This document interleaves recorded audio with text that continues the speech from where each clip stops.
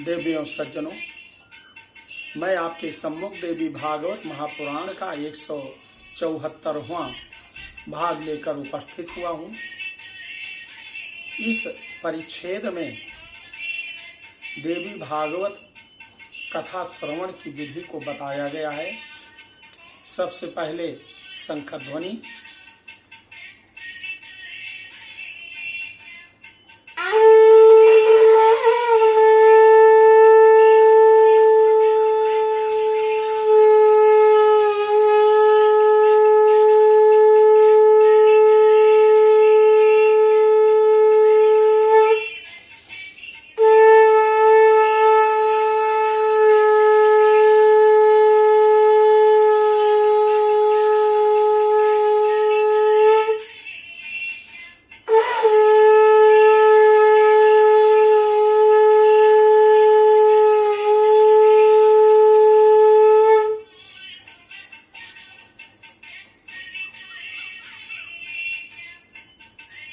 महर्षि जयमिनी कहते हैं, हे राजन जन्मेजय सुनो, जो मनुष्य बिना परिश्रम के ही धर्म अर्थ काम और मोक्ष की प्राप्ति करना चाहता है, उसे यत्न पूर्वक इस देवी भागवत महापुराण को सुनना चाहिए। इस नवाह कथा के 9 दिन 9 यज्ञों के समान होता है। उनमें किया गया दान यज्ञ जप अनंत फल देने वाला होता है। इस प्रकार नवाह व्रत करके उसका उद्यापन करना चाहिए। फल की कामना करने वाले पुरुषों को महाअष्टमी तक के उद्यापन की भांति नवाह व्रत का भी उद्यापन करना चाहिए। निष्काम व्यक्ति कथा के श्रवण मात्र से पवित्र होकर मुक्ति पा जाते हैं, क्योंकि परा भगवती मनुष्यों को भोग और मोक्ष सब कुछ प्रदान करती हैं। पुस्तक और कथावाचक दोनों की प्रतिदिन पूजा करनी चाहिए और वक्ता द्वारा दिया हुआ प्रसाद भक्ति पूर्वक ग्रहण करना चाहिए। नवाह यज्ञ में जो श्रोता नित्य कुमारी कन्याओं और सुहागिन स्त्रियों तथा ब्राह्मणों को भोजन कराता तथा उनसे प्रार्थना करता है, उसकी कार्य सिद्धि अवश्य हो जाती है, इसमें संदेह नहीं है।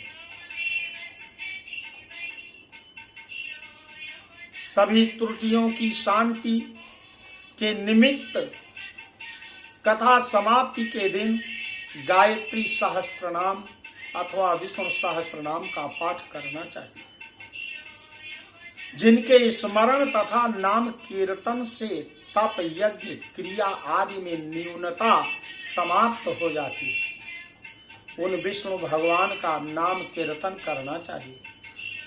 कथा समाप्ति के दिन दुर्गा सप्तशती के मंत्रों अथवा देवी महात्म्य के मूल पाठ या नवारण मंत्र से होम करना चाहिए तथा घृत सहित पायस द्वारा गायत्री मंत्र का उच्चारण करके हवन करना चाहिए, क्योंकि यह श्रीमद् देवी भागवत महापुराण गायत्री में कहा गया है। कथावाचक को वस्त्र भूषण धन आदि के द्वारा संतुष्ट करना चाहिए, क्योंकि कथावाचक के प्रसन्न होने पर सभी देवता उस पर प्रसन्न हो जाते हैं। श्रद्धा पूर्वक ब्राह्मणों को भोजन कराना चाहिए और नानाविध दक्षिणाओं से उन्हें संतुष्ट करना चाहिए, क्योंकि वह विप्र पृथ्वी पर देवता के स्वरूप होते हैं। उनके संतुष्ट होने पर वांछित फल मिलता है। सुहागिन स्त्रियों तथा कुमारी कन्याओं को साक्षात देवी समझकर उन्हें भोजन कराना चाहिए और उन्हें दक्षिणा देकर अपने मनोरथ की सिद्धि के लिए उनसे प्रार्थना करनी चाहिए। सुवर्ण दूध देने वाली गौ, हाथी, घोड़े और भूमि का दान करना चाहिए, क्योंकि उसका अक्षय फल प्राप्त होता है। सुंदर अक्षरों में लिखी हुई देवी भागवत की पुस्तक को रेशमी वस्त्र में लपेटकर उसे सुवर्ण निर्मित सिंहासन पर रखकर अष्टमी या नवमी तिथि को विधि पूर्वक कथावाचक को दान करना चाहिए। ऐसा करने पर वह इस संसार में सभी सुखों को भोग कर अंत में दुर्लभ मोक्ष को प्राप्त करता है। पुराण को जानने वाला वक्ता चाहे दरिद्र हो, दुर्बल हो, बालक हो, युवक हो अथवा वृद्ध हो, वह सर्वदा वंदनीय, पूज्य, मान्य होता है। यद्यपि संसार में जन्म अथवा गुण के कारण अनेक गुरु हैं, परंतु पुराण का ज्ञाता उन सब में श्रेष्ठ गुरु है। व्यास के आसन पर बैठा हुआ पौराणिक ब्राह्मण जब तक कथा समाप्त न हो जाए तब तक किसी को भी प्रणाम न करे। जो लोग इस दिव्य पौराणिक कथा को श्रद्धा रहित होकर सुनते हैं, उन दुख तथा दारिद्र्य युक्त मनुष्यों को कथा श्रवण का पूरे फल प्राप्त नहीं होता। जो लोग तांबूल, पुष्प आदि उपचारों से पुराण का पूजन किए बिना ही देवी की कथा सुनते हुए दरिद्र होते हैं, और जो लोग कथा के बीच में ही उसे छोड़कर अन्यत्र चले जाते हैं, कुछ ही समय बाद उनकी संपदाएं एवं स्त्री आदि नष्ट हो जाती है। जो अभिमानवश व्यास के ऊंचे स्थान पर बैठकर कथा सुनते हुए नरक यातना भोग कर इस लोक में कौए की योनि में जाते हैं। जो बहुमूल्य आसन पर अथवा वीरासन से बैठकर दिव्य कथा का श्रवण करते हैं, वह अर्जुन वृक्ष होते हैं।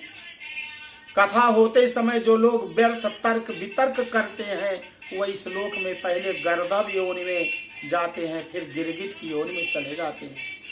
जो लोग पुराण जानने वालों अथवा पाप नाशनी कथा की निंदा करते हैं, वह सैकड़ों जन्म तक दुष्ट कुत्ते होते हैं, इसमें संदेह नहीं है। जो लोग कथावाचक के बराबर आसन पर बैठकर कथा सुनते हैं, उन्हें गुरु के आसन पर बैठने का पाप लगता है और वे नरक में वास करते हैं। जो लोग वक्ता को प्रणाम किए बिना ही कथा सुनने लगते हैं, वह जन्मांतर में विषैले वृक्ष होते हैं।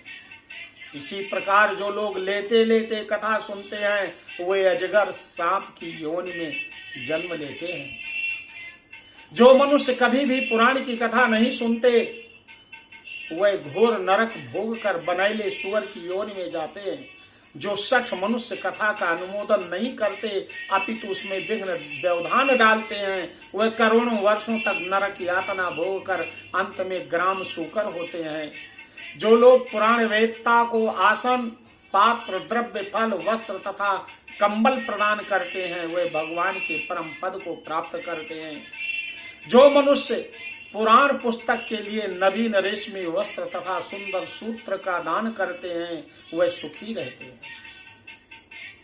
सभी पुराणों के सुनने से जो फल प्राप्त होता है, उससे 100 गुना पुण्य श्रीमद् देवी भागवत महापुराण को सुनने से मिलता है। जिस प्रकार नदियों में गंगा श्रेष्ठ है, देवताओं में शिव, काव्यों में वाल्मीकि रामायण तथा तेजस्वी में भगवान सूर्य श्रेष्ठ हैं, और जैसे आनंद देने वालों में चंद्रमा, सब धनों में सूर्यस, क्षमाशीलों में पृथ्वी, गंभीरता में समुद्र, मंत्रों में गायत्री मंत्र श्रेष्ठ है तथा पापनाश के उपायों में भगवती स्मरण श्रेष्ठ है, उसी प्रकार 18 पुराणों में श्रीमद् देवी भागवत महापुराण सर्वश्रेष्ठ है। जिस किसी भी उपाय से यदि कोई मनुष्य इस महापुराण की 9 आवृत्तियां सुन ले, तो उसके फल का वर्णन नहीं किया जा सकता, वह तो जीवन मुक्त ही हो जाता है। किसी शत्रु राजा से भय होने पर, महामारी के समय, अकाल पड़ने पर तथा राष्ट्र भंग के अवसर पर उसकी शांति के लिए ये देवी भागवत महापुराण सुनना बहुत कल्याणकारी होता है। हे राजन, भूत प्रेत आदि के शमन के लिए, शत्रु से राज्य प्राप्त करने के लिए और पुत्र प्राप्ति के लिए श्रीमद् देवी भागवत महापुराण का श्रवण करना चाहिए। जो देवी भागवत के आधे श्लोक या चौथाई श्लोक को प्रतिदिन सुनता है अथवा पढ़ता है वह परम गति को प्राप्त हो जाता है। स्वयं भगवती जगदम्बा ने इस पुराण को सर्वप्रथम केवल आधे श्लोक में ही प्रकाशित किया, वही बाद में शिष्य प्रशिष्यों के द्वारा देवी भागवत के रूप में विस्तृत कर दिया गया है। गायत्री से बढ़कर न कोई धर्म है, न तप है, न कोई देवता है, न कोई मंत्र ही है। भगवती अपना गुणगान करने वालों की रक्षा करती है, इसी कारण से उन्हें गायत्री कहा जाता है। वही भगवती गायत्री इस पुराण में अपने रहस्यों सहित विराजमान है। अतः भगवती को प्रसन्न करने वाले इस देवी भागवत की 16वीं कला के समान भी अन्य महापुराण नहीं हो सकते। श्रीमद् देवी भागवत महापुराण अत्यंत निर्मल है, जो ब्राह्मणों का अमूल्य धन है और जिसमें स्वयं धर्मपुत्र नारायण ने पवित्र धर्म का वर्णन किया है। इसमें श्री गायत्री देवी का रहस्य एवं मणिद्वीप का सम्यक वर्णन किया गया है। साथ ही इसमें हिमालय के प्रति स्वयं भगवती द्वारा कही गई देवी गीता विद्यमान है। इस कारण हे राजन, इस महापुराण के सदृश दूसरा कोई उत्तम पुराण तीनों लोकों में संपूर्ण ब्रह्मांड में नहीं है। अतः आप लोग सदा इस देवी भागवत महापुराण का भली भांति श्रवण करें, जिनके संपूर्ण प्रभाव को ब्रह्मा विष्णु शिव तथा भगवान शेष भी भली भांति नहीं जान सकते हैं, जबकि वह उन्हीं के अंशज भी हैं तथा दूसरे देवता उन्हें कैसे जान सकेंगे। उन भगवती जगदम्बा को मेरा निरंतर प्रणाम है, जिनके चरण कमलों की धूलि पाकर ब्रह्मा समस्त संसार की रचना करते हैं, भगवान विष्णु निरंतर पालन करते हैं और रुद्र संहार करते हैं। दूसरे किसी उपाय से वे अपना अपना कार्य करने में समर्थ नहीं हो सकते हैं। ऐसी उन भगवती जगदम्बिका को मेरा शत शत नमन है, सतत प्रणाम है। अमृत सागर के तट पर कल्प वृक्ष की वाटिका से सुशोभित मणिद्वीप में स्थित बहु वर्ण चित्रित चिंतामणि में भवन में तथा परम शिव के हृदय में विराजमान रहने वाली और मंद मंद मुस्कान युक्त मुखमंडल वाली जगदम्बा का ध्यान करके मनुष्य सांसारिक सुखों का उपभोग करता है और अंत में निश्चय ही मोक्ष को प्राप्त करता है। इस प्रकार ब्रह्मा विष्णु शिव इंद्र आदि देवताओं एवं समस्त महर्षियों द्वारा पूजित मणिद्वीप निवासिनी वे भगवती संसार का कल्याण करें, महामारी से सबको बचाएं और सबको हर प्रकार के विघ्न बाधाओं से रक्षा करें और सबकी मंगल कामना करें। सर्वे भवन्तु सुखिनः, सर्वे सन्तु निरामया, सर्वे भद्राणि पश्यन्तु मां कश्चित् दुख भाग भवेत्। तो देवियों सज्जनों, देवी भागवत महापुराण सुनने की विधि का वर्णन मैंने आत्म परिचय देवी भागवत महापुराण से संबंधित 173वें और 174वें अनुभाग में बताया है। आप इसको जरूर ध्यान से सुने और इस नवरात्र में दुर्गा सप्तशती का जरूर पाठ करें, जो साक्षात देवी भागवत महापुराण का सर्वोत्तम अंश है और उस अंश को प्राप्त करके, उस अमृत तुल्य अंश को प्राप्त करके संपूर्ण विघ्न बाधाओं से हम आप मुक्ति को प्राप्त करेंगे। देवी भागवत महापुराण में जो बीज मंत्र है,